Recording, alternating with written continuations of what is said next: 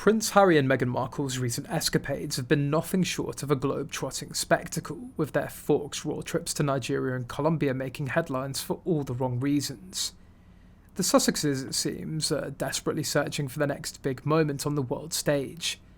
But in a turn of events that's more amusing than surprising, it looks like their plans for a grand tour of India have hit a rather embarrassing snag. According to royal expert Lady C, Harry and Meghan were sniffing about in India hoping for an invitation to visit the country. But instead of rolling out the red carpet, India did something quite unexpected. They declined. The country that's home to the iconic Taj Mahal, a site Meghan reportedly dreams of posing in front of, just said a firm no thanks to the Sussexes. Why would India turn down the chance to host the ex-royals?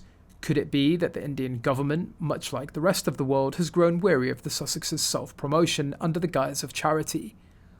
Or perhaps they've simply recognised that a visit from Harry and Meghan is less of a diplomatic boon and more of a PR disaster waiting to happen. India has a lot going for it. It's a nation of incredible diversity, rich culture and rapidly growing influence on the global stage. It doesn't need a photo op with Meghan clinging to Harry in front of the Taj Mahal to boost its image. In fact, the last thing India needs is to be associated with a couple whose international reputation is, to put it kindly, on shaky ground. And let's not forget the Sussexes' track record isn't exactly stellar. Their trips to Nigeria and Colombia, which were supposed to be about shining a light on important issues, quickly devolved into yet another round of criticism and controversy.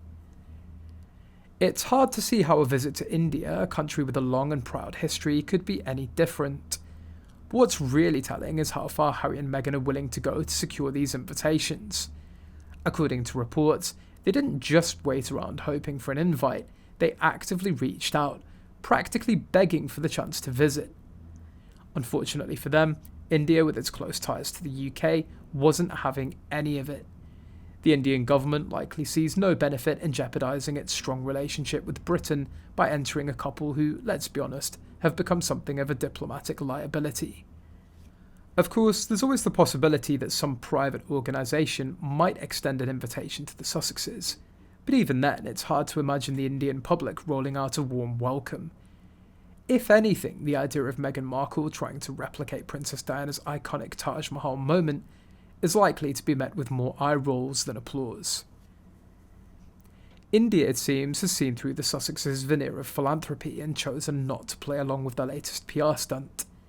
They may have had some success in Nigeria and Colombia, but India, a nation that doesn't suffer fools gladly, has made it clear that it's not interested in being the backdrop for Harry and Meghan's ongoing quest for relevance.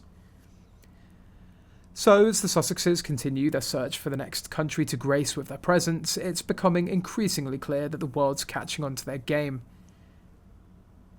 And for Harry and Meghan, the road to global influence might just be a lot rockier than they anticipated.